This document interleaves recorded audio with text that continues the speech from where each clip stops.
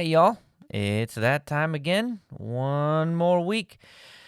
I wanted to remind everyone that, well, I don't think I need to remind anybody that last week was not great. So I totally understand that. In the email I sent out to everybody yesterday, I did note that Unit 6 is still happening. I've extended all of the due dates on Unit 6 to the end of Unit 7's week. So that's this week at the end, Sunday, 11:59 p.m. And that goes for Unit 7 as well. Um, but last week is just going to throw everything off. It already kind of has. So if you need additional time on Unit 6 or Unit 7, please let me know, and I'm happy to work with you. That is something that I want y'all to remember throughout the rest of the semester as well. I'm always going to be willing to stretch out a hand and help you in whatever way it turns out to be necessary to make sure that you get everything in. Just stay in contact with me. Send me an email. Let me know that you're struggling. Otherwise, I can't really assume that you are. So please just let me know what's going on in your day-to-day, and if you need more time or something like that, I'm happy to do that. But I do need to know. So please just let me know. Anyhow, for this week, it's going to be a little more complicated this go around. Something new, I think, and that you may not have encountered up to this point.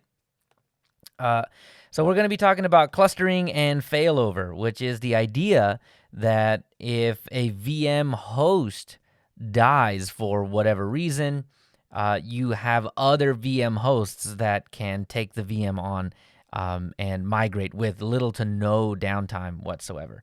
So the idea here is you just don't want stuff to go down, right? And failover clustering is really the idea that you're going to be pursuing this go around.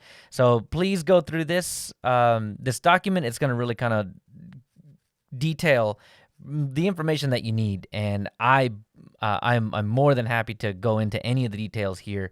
Just hop in WebEx, ask a question, and I'm happy to have a conversation about it with you. So anyway, so go through this. This is where most of your quiz questions and everything are going to come from.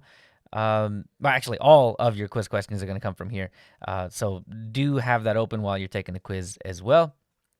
Now, these three additional this PDF and these two videos are really here to help you out with some of the parts that you may have forgotten. So I'm not going to go through the process of showing you how to install Active Directory. That's right here. So pay attention here. This will give you the information that you need there. If you're having trouble creating a group policy object, this is a video to help you here. And this is a video from Ms. Stevens that was recorded last semester that kind of walk you through some of the trickier parts of Unit 7 lab. So as you're coming through here, it's really, there are actually only two activities, 6.1 and 6.2. 6.2 is where it starts to get a little tricky. So there are not a whole lot of screenshots as you normally have in your labs. This is where that video is going to come in very, very handy. And for those that are a little rusty on your networking, keep in mind that your gateway and DNS server typically is the same across all of the devices on your network. The IP address is typically what changes most of the time per device, per VM or per VM host or something like that.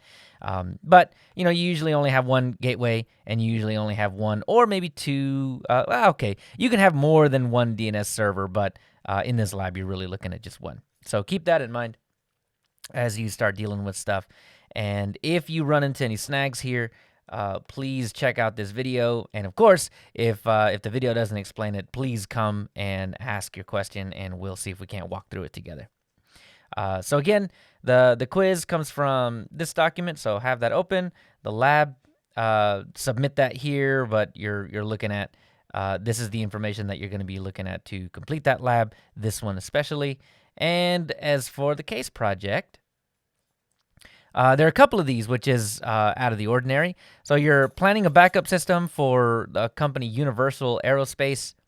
And the idea with that is that Microsoft pretty much has all of the tooling that you're going to need for Case Project 7.1 built in. So you're going to be looking at, obviously, clustering is going to be some of the answer that you have here, but we're also looking at how to do some backups. And again, look to Windows, look to Microsoft for the solutions here. Look to built-in solutions here.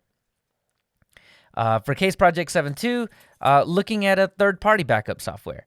So what I would really want you to do is take a look at, for instance, a Cronus or something like that, for looking up, for being able to do backup. So what we're really looking to do is back up our virtual machines and be able to migrate them outside of clustering, outside of that idea. So right. So even though Windows Server Backup will do the job, let's look for a third-party project that or product that does the same thing. A lot of times, those projects are going to have more tooling than what Microsoft allows you to have. So yeah, that's going to be really what we're after.